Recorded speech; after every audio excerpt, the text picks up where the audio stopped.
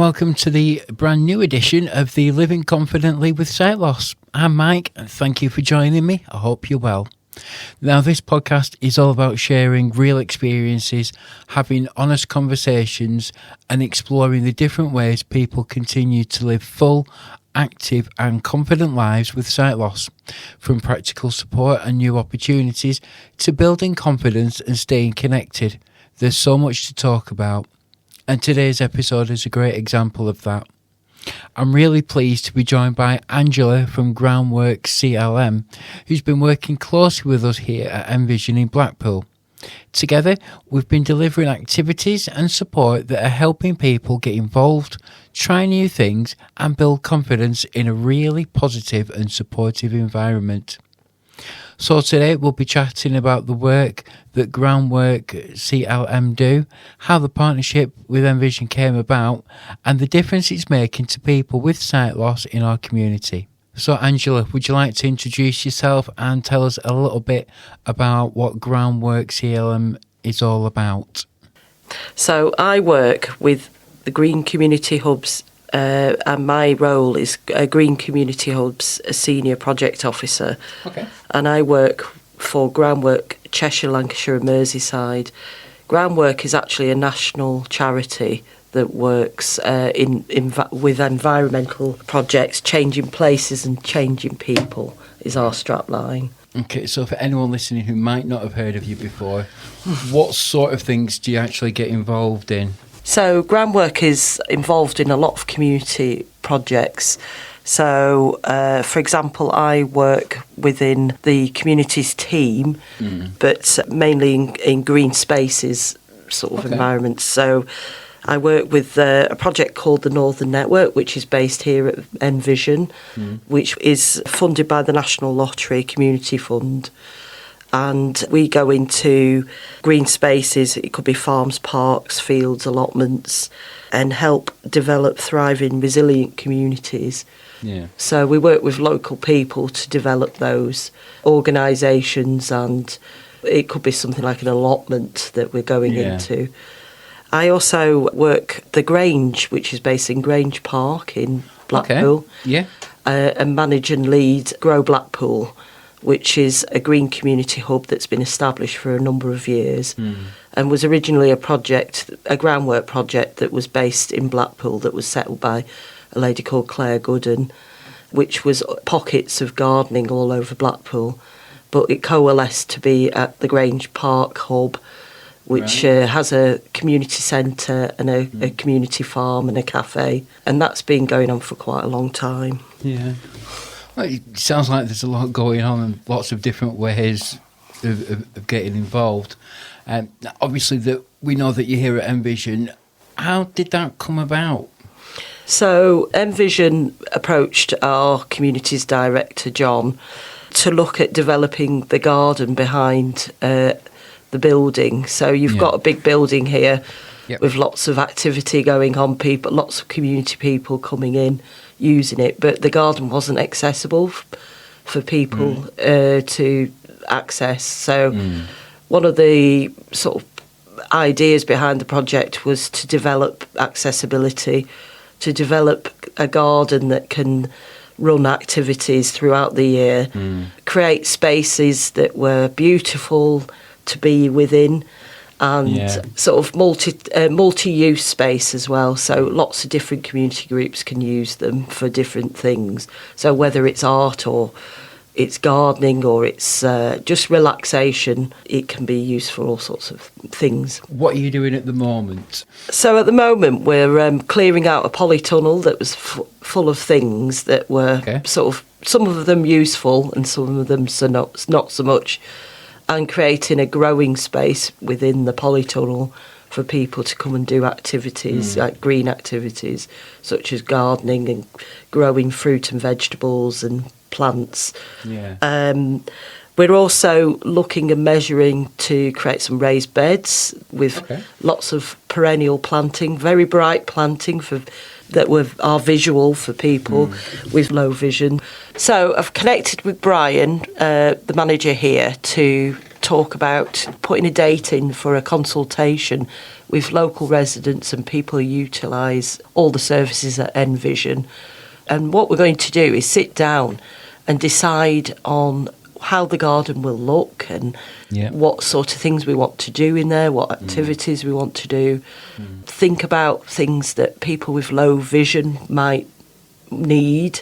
So, for example, it might be prompts for them around the garden. It might be things that they need to feel for, or support things like cane training, or sort of audio clues to the pathways. So we're thinking about all those sort of things, and they're going to be done through a consultation process that will be happening probably at the beginning of May. Yeah, it sounds good, yes, especially now that it's starting to get lighter and a bit warmer and hopefully not raining as much. No, it's... you want people to be able to come out and enjoy the garden more and... Yeah. So, make it a bit more accessible. That'd be great. I mean, from your side, what sort of difference have you seen it make so far? Well, I suppose I've built a few community hubs over the years, and so the Green Community Hubs project is run through the Northern Network project, and as I said before, it's funded by the Lottery Community Fund, the National Lottery Community Fund. And what I know is that it brings people together and it enhances people's prospects, and it improves things like health and wellbeing. And also, we support people to take action on the environment and build skills and learning around these subjects. So I know that people get together and build these things, and it makes people much more resilient in the future. You know, it improves things like training, and, you know, we can offer those things as well. As I said before, when we go through the consultation process, we build a steering committee of people who have skills and have awareness about low vision and gardening and the local community, and we would take all those ideas and input them into the garden design and the activities in the garden. And what we find is that it improves the vibrancy of the local community, and it makes people the local community stronger.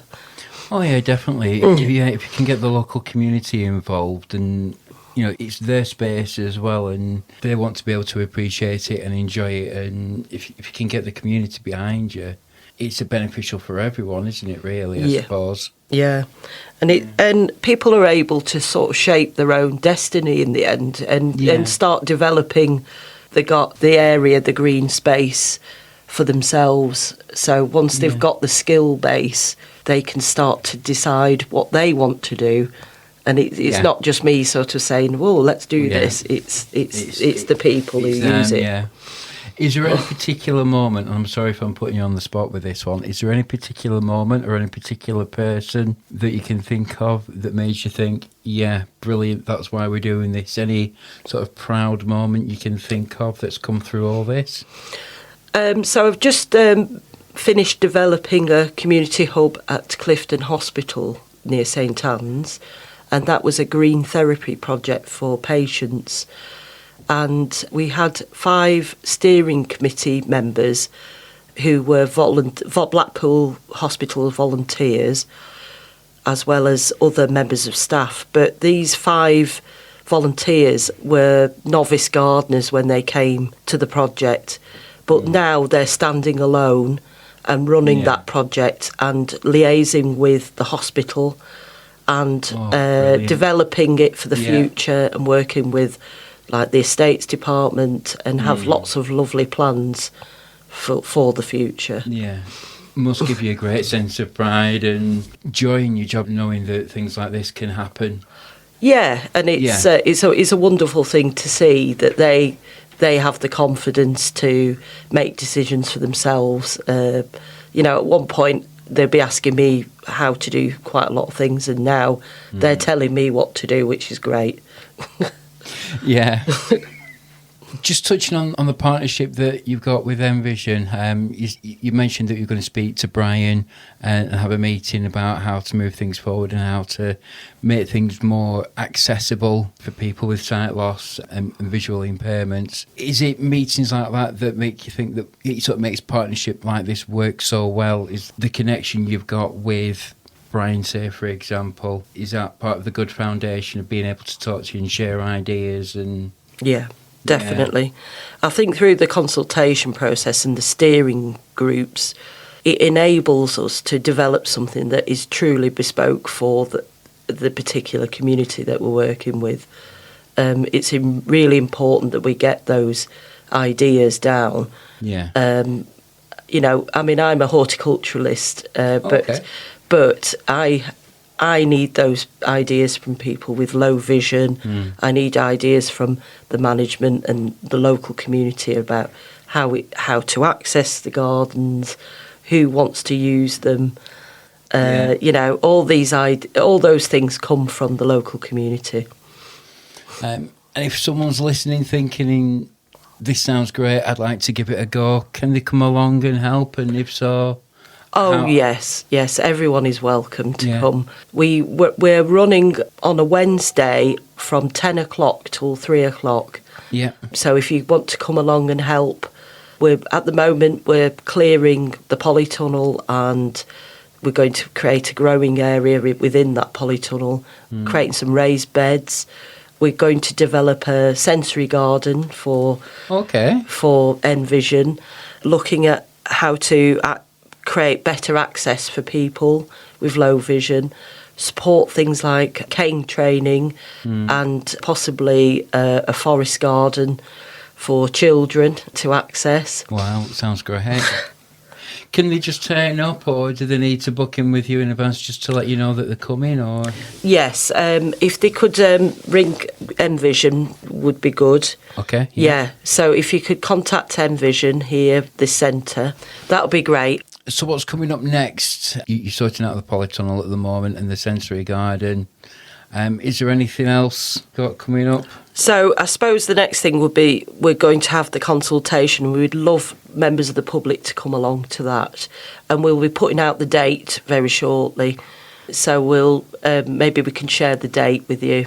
And like I say, we're here every Wednesday. So if anyone would like to come along, and what we'll be doing next is to create these raised beds and putting lots of perennials in, lovely bright perennials for people to enjoy, and lots of vegetables and things in the raised beds. Yeah.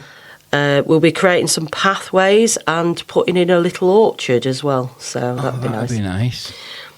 Angela, thank you very much. It's been a pleasure talking to you. Quickly, before you go, a couple of quick fire questions. Do you like tea or coffee?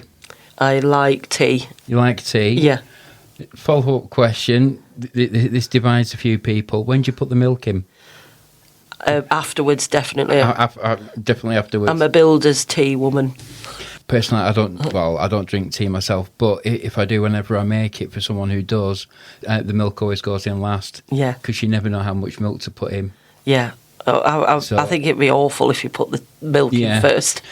Lastly, when you go home, how do you relax? What's your go-to relaxing thing?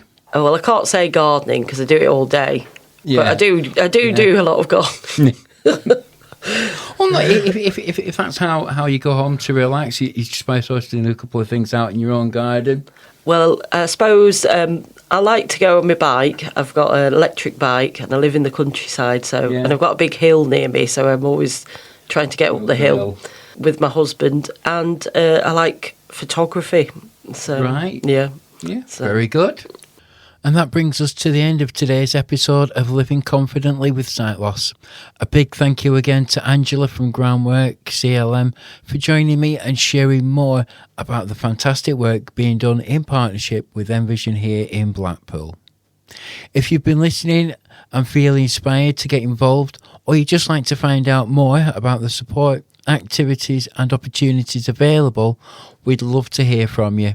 You can give us a call on 01253 362696 or drop us an email at info@envision.org.uk. at envision-nw.co.uk. I'll give you that information again. So you can ring 01253 362696 or email info, spelt INFO, at, which is the little A with a circle around it, envision, spelt NVISION